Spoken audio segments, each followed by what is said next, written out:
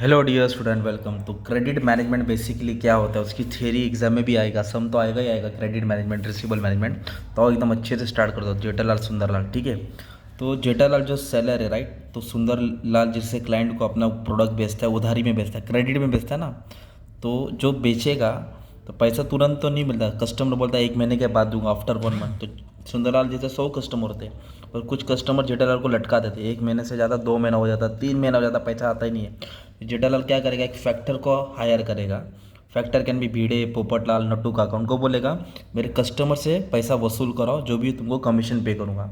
तो फिर कैसा है ना, जेठालाल का डायरेक्ट पैसा नहीं आता है, तो कंपनी क्या करती है, एजेंट, फैक्टर अपॉइंट करती है, उसको रिसीवेबल मैनेजमेंट बोलते हैं। तो वो सेलर के बिहाफ में क्लाइंट से पैसा क्या करेगा, रिकवर करेगा, और फिर जो भी पैसा उनको रिटर्न करके अपने लिए कमीशन चार्ज करेगा, सिंपल।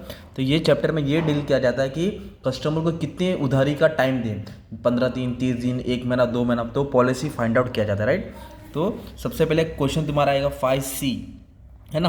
तो क्रेडिट इवैल्यूएशन में 5C के ऊपर ध्यान देना पड़ेगा, शॉर्ट नोट आ सकता है। तो character refers to the willingness of the customer to honour his obligation. हम उसका कैरेक्टर देखेंगे कि वो कितना सच्चा है, कितना झूठा है, एथिक्स फॉलो करता है कि नहीं करता है। अगर झूठा है, इस पर इल्ज़ाम है, मुकदमा है, तो उसको अपन थोड़ी उधारी में माल देंगे, लेके भाग गया तो।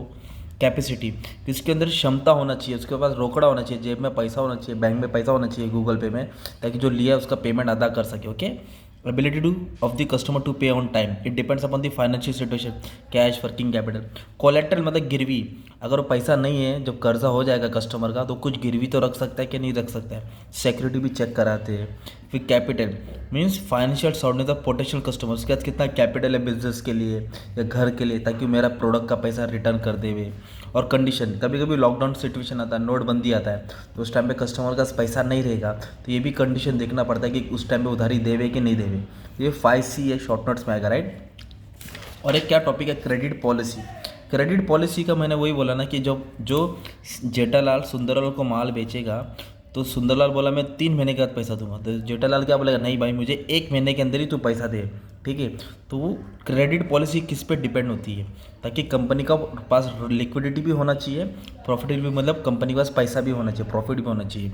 तो कंपनी कभी कभी क्रेडिट पॉलिसी टाइट करता है, कभी कभी स्लो करता है। तो ओके, तो अभी क्रेडिट पॉलिसी में क्या देखा जाता है, मानिए मैं सबसे पहला क्रेडिट स्टैंडर्ड। क्रेडिट स्टैंडर्ड मतलब क्या होता है, एक बेसिक क्राइटेरिया है कस्टमर को क्रेडिट देने का। क्रेडिट ये है कि उसके पास उसका नाम क्या है, मतलब वो कौन है, उस पर ट्रस्ट कर सकते हैं कि नहीं है, उसकी रेटिंग क्या है कि ये बंदा सबको पेमेंट करता है कि नहीं करता, राइट। जैसे कि एक कॉन्ट्रैक्टर है, वो सबसे क्या लेता है, वो रोड बनाता है, Sachin and Sachin Tichkule company road construction करता है, वो सीमेंट लेता है, रेती लेता है, डामर लेता है, गाड़ी लेता है, वो सब पे अगर वो सबको उधार दे रहा है, पेमेंट नहीं कर रहा है, तो हम उसको क्यों उधार देंगे, तो उसका स्टैंडर्ड चेक करेंगे। अगर सबको टाइम पे पेमेंट कर रहा है, तो अपन भी इसको कस्टमर बना देंगे, अपन भी माल सप्लाई करेंगे। तो वो कलेक्शन देखा जाता है, average collection period, bad debts कितना है, कितना माल बेचा जाता है। फिर क्रेडिट पीरियड, तो क्रेडिट पीरियड का मतलब होता है 30 दिन, 1 महीना, 2 महीना, 3 महीना, वो भी टाइम डिसाइड करना पड़ता है, क्योंकि कंपनी जो माल बेचती है उसको रिकवर करना पड़ता है अमाउंट, ताकि वापस से कंपनी बिजनेस, प्रोडक्शन, मैन्युफैक्चरिंग कर सके। माल बेच रही, पैसा नहीं आएगा तो थोड़ी चलेगा। कैश डिस्काउंट, क्या वर्ड आया, कैश डिस्काउंट, कि अगर वो अच्छा कस्टमर है, रोकड़ा टाइम पे कर रहा है, तो कंपनी इसको कैश डिस्काउंट देगी। तो कैश डिस्काउंट किसको देती है, जो टाइम टू टाइम पेमेंट करता है, जो ऑन द स्पॉट माल खरीदता है, तो कैश डिस्काउंट कंपनी दे देती है। दोस्ती यारी होती है, चल पहले 5%, 10% डिस्काउंट। फिर कलेक्शन प्रोग्राम, जब 2 महीने का टाइम दिया जाता है, सुंदरलाल बोलता है कि मैं पैसा दे दूंगा, 2 महीने से 3 महीना हो जाता है, जब कंपनी को पैसा नहीं मिलती है, तो कंपनी क्या करती है, पैसा वसूल करती है, कलेक्शन प्रोग्राम करती है। तो कलेक्शन करने का अलग अलग तरीका है, पहले लेटर रिमाइंड करेगी, व्हाट्सएप पे मैसेज करेगी, कॉल करेगी, पर्सनल विजिट करेगी, फिर अलग अलग एजेंसी का हेल्प लेगी, नहीं हुआ तो फिर लीगल एक्शन लेगी। In this way the company collect the amount. और ये डायग्राम भी तुम लोग को एग्जाम में बना देने का, राइट।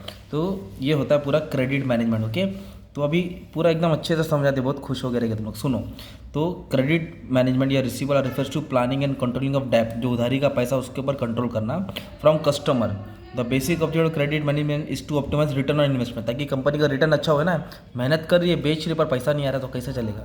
अभी मैं पानी पूड़ी बेच रहा हूँ, वड़ा पाव बेच रहा हूँ, चाय बेच रहा हूँ, पब्लिक खा रही है, पैसा ही नहीं दे रही है, तो भाई मेरा घर कैसे चलेगा, मेरे पास मटेरियल कहाँ से आएगा, कुछ तो अमाउंट आना चाहिए।